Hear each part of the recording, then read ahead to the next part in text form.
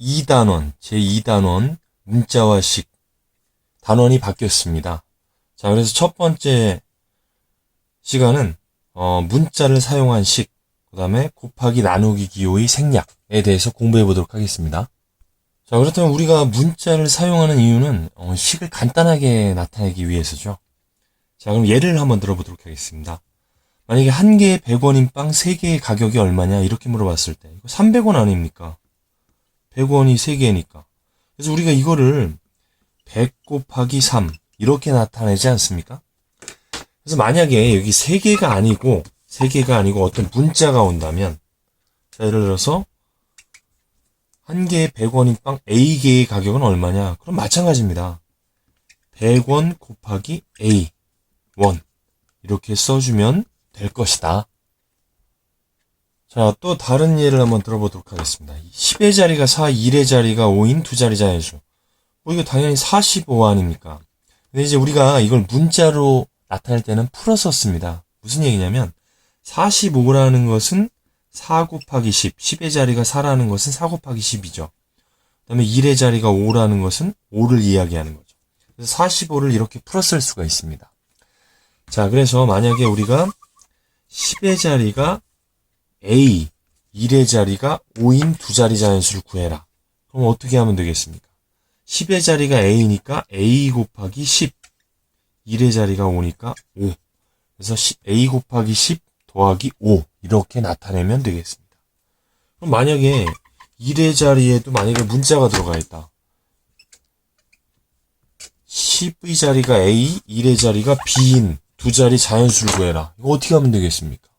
마찬가지죠. A는 10의 자리니까 10 곱하기 A가 될 것이고, 그 다음에 B는 1의 자리니까 그냥 B를 써주면 되겠습니다. 자, 다음은 곱하기 나누기 기호를 생략하는 방법을 배워보도록 하겠습니다.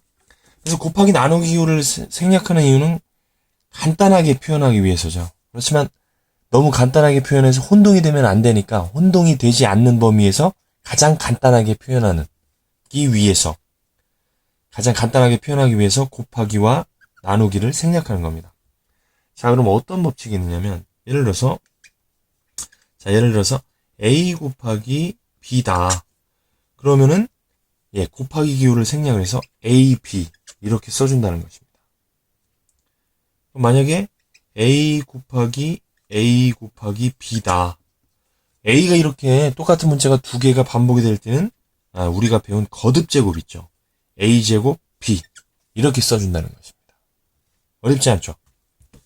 자, 또 하나 예를 들어보면 만약에 Y 곱하기 Z 곱하기 X다.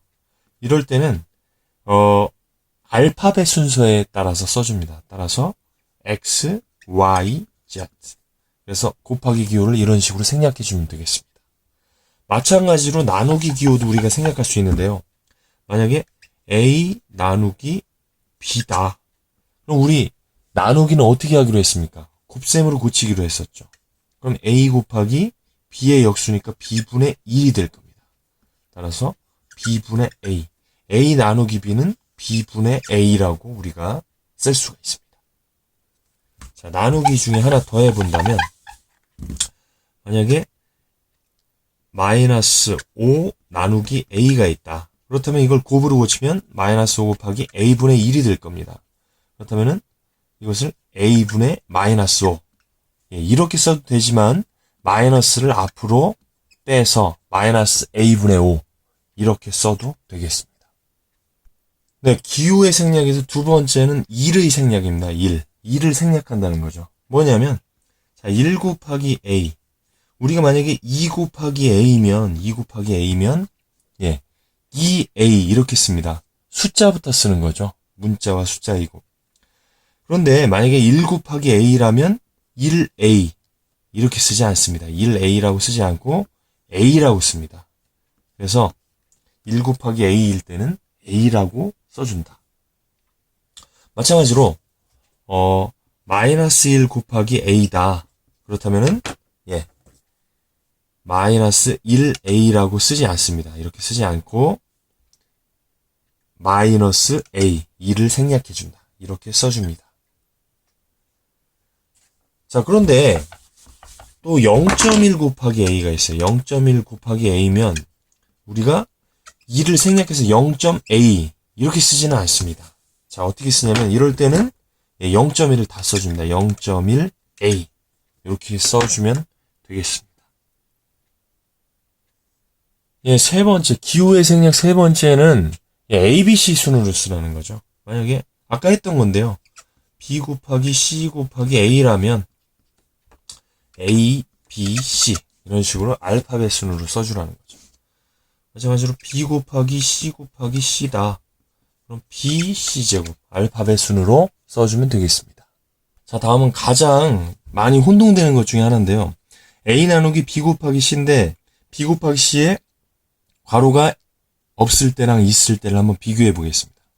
자, 이럴 경우에는 나누기를 곱하기로 고치겠죠. 그래서 A 곱하기 뭐가 됩니까? B의 역수 B분의 1 곱하기 C. 자, 그렇다면 얘들 둘이 곱하니까 B분의 A가 될 거 아닙니까? 여기에다가 C를 또 곱하니까 B분의 AC가 될 겁니다. 자, 그렇다면 밑의 경우에는 뭐가 될 것이냐?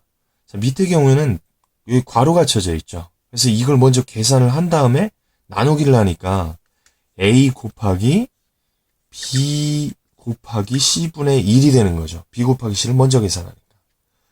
즉 이거는 뭐야? A 곱하기 BC분의 1인 거죠. 그렇다면은 BC분의 A가 될 겁니다. 따라서 결과가 두 개의 결과가 이런 식으로 다르게 나온다는 걸 명심하시기 바랍니다. 수고하셨습니다.